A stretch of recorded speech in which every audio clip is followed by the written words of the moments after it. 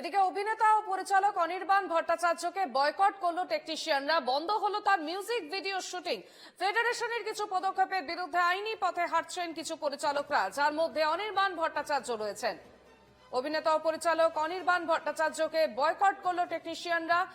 যেমনটা জানা যাচ্ছে, বন্ধ করা হয়েছে তার মিউজিক ভিডিও শুটিং। ফেডারেশনের কিছু পদক্ষেপের বিরুদ্ধে আইনি পথে হেঁটেছেন কিছু পরিচালকরা, যার মধ্যে অনির্বাণ ভট্টাচার্য ছিলেন। টেলিফোন লাইনে রয়েছেন প্রতিনিধি পৃথা দাশগুপ্ত। পৃথা, কি আপডেট রয়েছে এখন?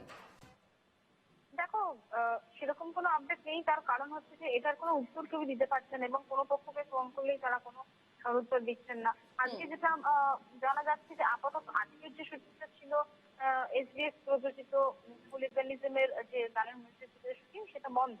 তার কারণ সেখানে যেটা অভিযোগ হচ্ছে যে ফেডারেশনের অসহযোগিতা। কিন্তু কেন ফেডারেশনের অসহযোগিতা? যেটা মনে করা হচ্ছে যে ফেডারেশনের কিছু পদক্ষেপের বিরুদ্ধে আইনি পথে হেঁটেছিলেন কিছু পরিচালক, যার মধ্যে অবশ্যই অনির্বাণ ভট্টাচার্য ছিলেন বা তার নাম ছিল।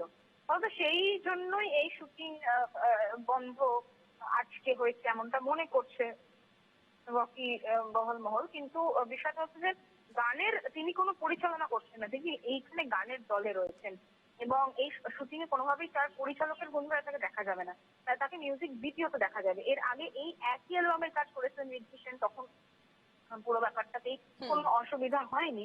কিন্তু আজকে এই ঘটনাটাতে স্তব্ধ হয়ে গেছে শুটিং, ফলত আবারও সেই টলিপাড়ার শিরোনামে এসছে। এবং তুমি জানো যে টেকনিশিয়ান ফেডারেশনের সঙ্গে পরিচালকদের একটা যে দ্বন্দ্ব, সেটা গত বছর থেকেই চলছিল। এই লড়াইয়ে যদিও সব পরিচালক নন, সৃজিত মুখোপাধ্যায় থেকে শুরু করে বেশ। শুভপ্রসাদ মুখোপাধ্যায়, নন্দিতা রায় সহ এরা কিন্তু তাদের শুটিং এগিয়ে নিয়ে যাচ্ছে। কিন্তু এই ঘটনাটা কেন হলো এবং দুদিন আগে রাজা চন্দর সিরিজ দিয়েও সমস্যা বেশ হয়েছিল, পৃথা, নজর এটার রাখো। উত্তর আপাতত কেউ দিতে পারে। ধন্যবাদ।